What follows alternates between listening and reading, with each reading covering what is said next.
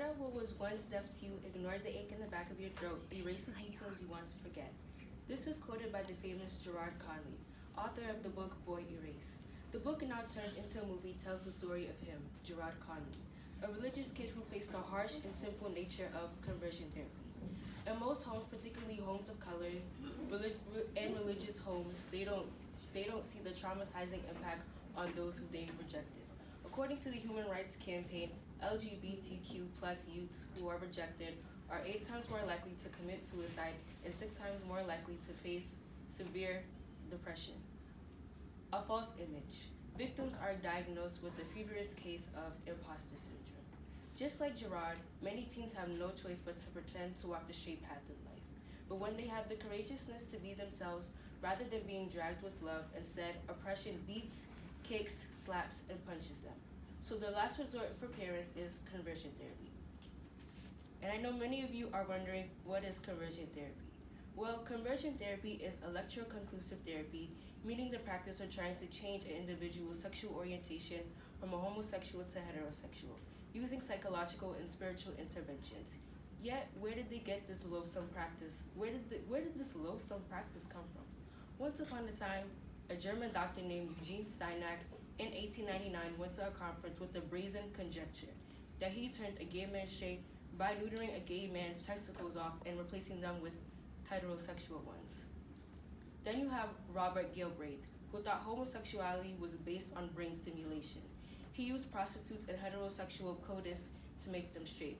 Who would have known that this so-called scientific breakthrough would have sparked in 1973 the American Psychiatric Association considering homosexuality a sickness or disease.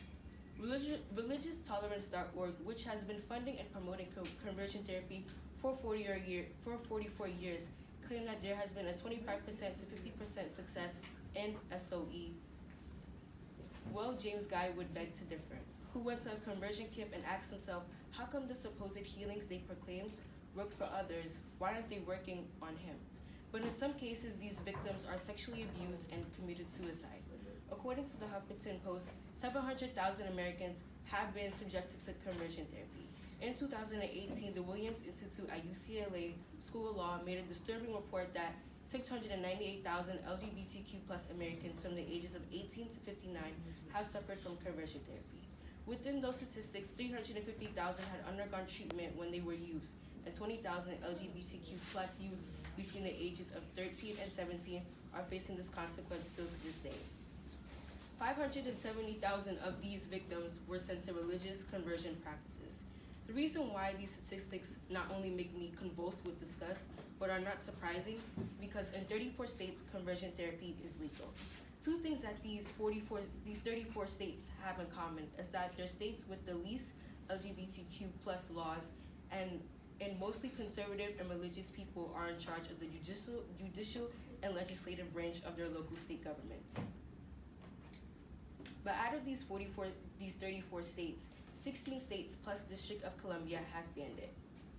New York was the 15th state in 2019 to do so. States like Texas, Minnesota, and Indiana are contemplating whether or not to prohibit.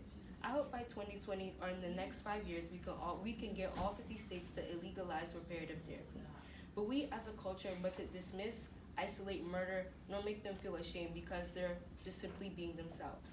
Even if you are homophobic, have respect and learn to love and try to learn more about their community, instead of having a bias towards them. Put yourself in their shoes, getting electrocuted, tortured, and harassed for simply just being you. With this speech, I speak for the survivors, victims in the community whose identities were hidden away and made shameful of. Most importantly, the teens who are going through it today, which voices will never be heard and wither away. Thank you.